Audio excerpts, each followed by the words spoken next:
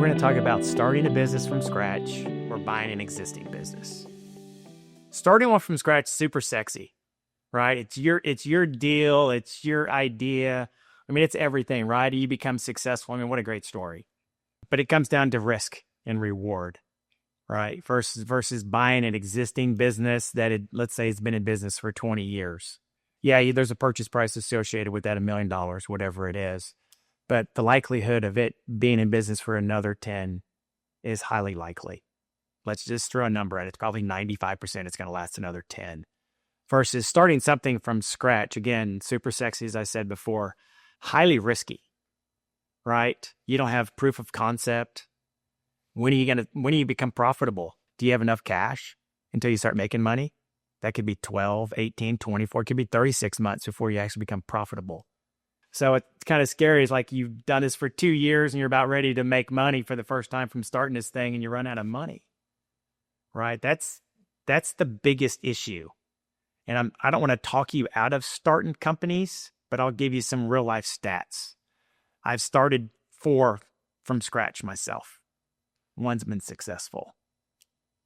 I've bought 12 existing businesses. 11 have been successful. Those don't lie. Stats don't lie, right? So again, not going to talk you out of it, but super, super risky.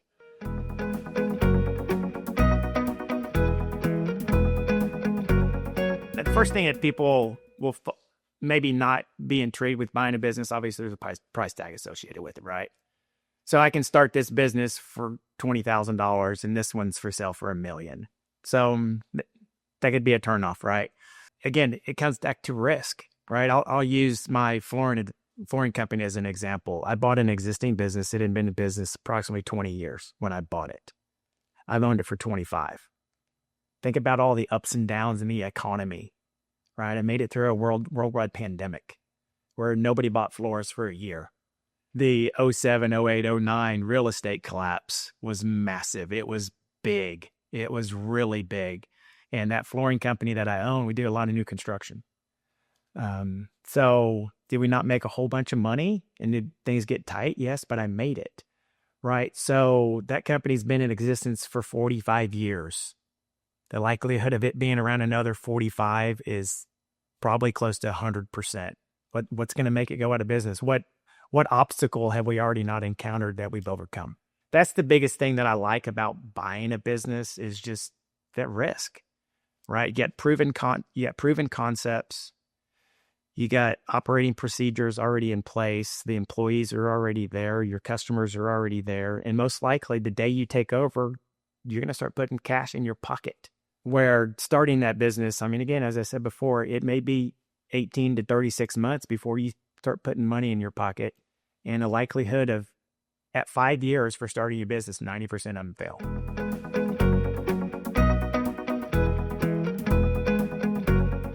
Well, if you're exiting W-2 and you've coming from a job and you're going into small business, there's about 80 different hats you need to wear. So that's going to be probably your biggest issue is it's the things that you don't know. How complex it is, sales tax and income tax, and how do I set up this properly and all that sort of stuff. And you may have a great idea, but there's all sorts of other things that are fighting against you. Right? Does that make sense? There's a lot of people that have great products, but they just couldn't execute, or they ran out of money, or they set it up wrong. It's execution, and buying an existing business, it's already been executed, right? It's a plug and play. So let's say you're buying a company that makes $100,000 a year, and you bought it for $300,000. So let's say you borrow money, okay?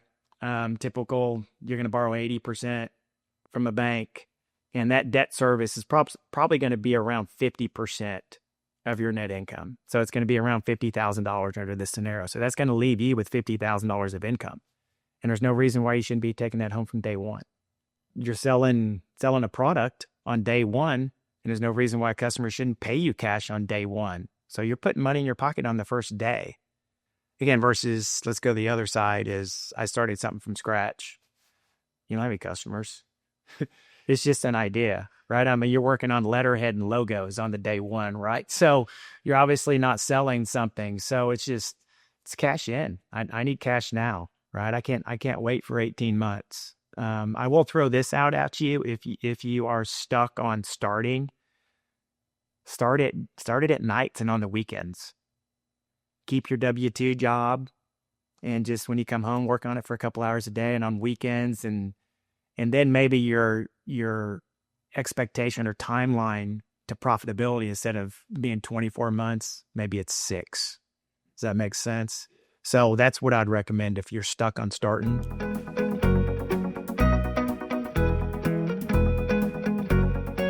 Yeah, I would say you're wearing all the same hats under both scenarios, but all the other things about buying an existing business already exist, right? So standard operating procedures on how to install carpet or install floors or how to put an HVAC system in.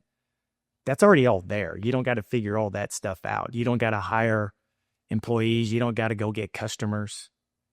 You can replicate their books, right?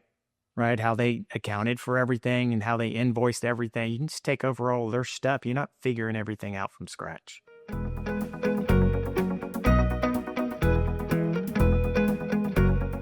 I'd say the first step is figuring out what industry you want to buy. Okay. And then how much income do you need? Because that's going to drive you into 2 different areas, right? Like if I need $500,000, well, then I'm looking at businesses for sale for $1.5 million and up, which is going to produce that $500,000 of income. So first things first, just figure out what industry you want to be in, and then how much money do you need? And I think that's going to start driving me in the right direction.